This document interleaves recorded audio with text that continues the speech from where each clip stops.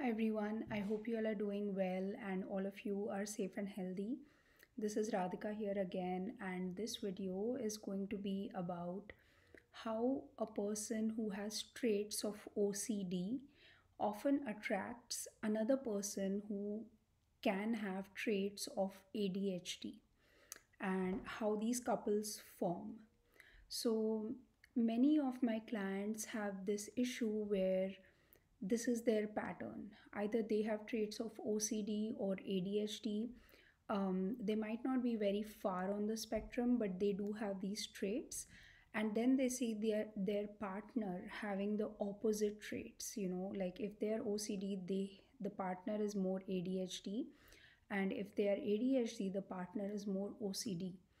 And this sometimes OCD people can be categorized as dismissive avoidance if you're looking at their attachment style. I'm not saying all of them, but a lot of them do fall into that category because there is a certain overlap there of behaviors, traits, etc.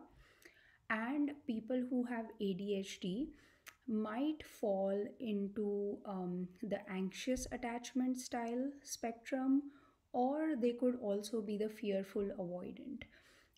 But mostly I see them more as anxious. They want to attach to different things. Similarly, they might want to attach to different people in relationships. So yeah, there's an overlap there. And the fearful avoidance style, I usually see it mostly with an individual who has had a spectrum of experience. So they carry traits of both OCD and ADHD.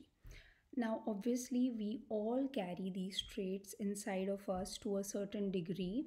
It's not like it's if I have more OCD traits, I can never be like an ADHD person. It's not like that unless you're very extreme on the spectrum.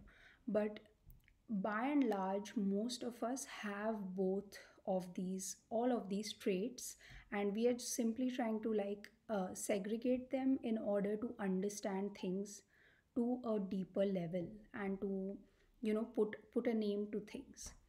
um, so what creates the attraction? So every time you feel an attraction to someone, now it could be like romantic, sexual, or any other sort of attraction, maybe even like very platonic, something that is like more mental. You just want to talk to that person more, understand them more, or even to like a topic or a movie, anything like that. Any attraction that you feel towards anything is usually driven by a deep instinct in us to integrate what is not fully integrated within us. So in the context of relationships, if an OCD trait person feels attracted to ADHD traded person, it's because there is enough like polarity between them, and also there is some similarity between them. Now the similarity between OCD and ADHD is that they both are not completely in touch with reality. They don't have enough presence.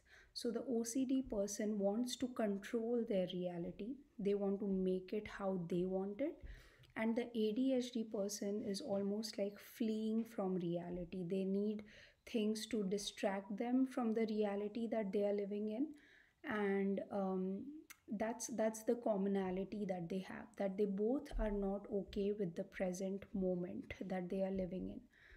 So they have developed these strategies from their childhood due to there being a lack of presence in their life, or when there is presence, there is too much presence. So maybe a narcissistic parent creating a tantrum, right? Which kind of gives the OCD traded child an indication that I need to control my surroundings better so that my parent doesn't have this fit and throw a tantrum. And the ADHD traded child will suddenly feel like, oh, mom or dad is having a tantrum, I'm just going to escape.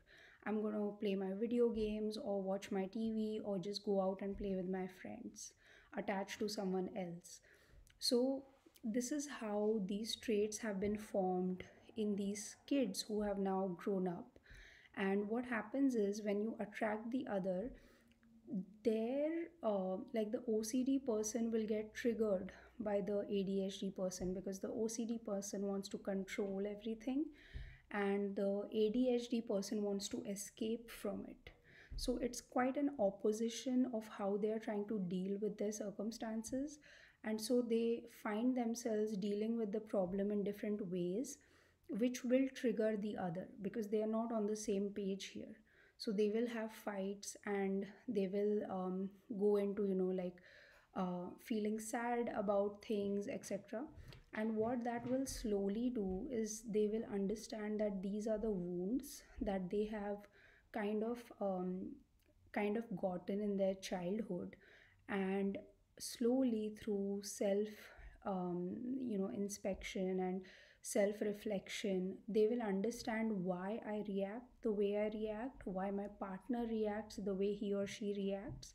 And if you actually go about it in a good way, you can solve it, and both the partners can integrate the different parts of themselves in a good way and lead a good life together. So, yeah, that was this video, and I hope this helped you in some way. And as always, I wish you a lot of love and a lot of light. Thank you. Bye.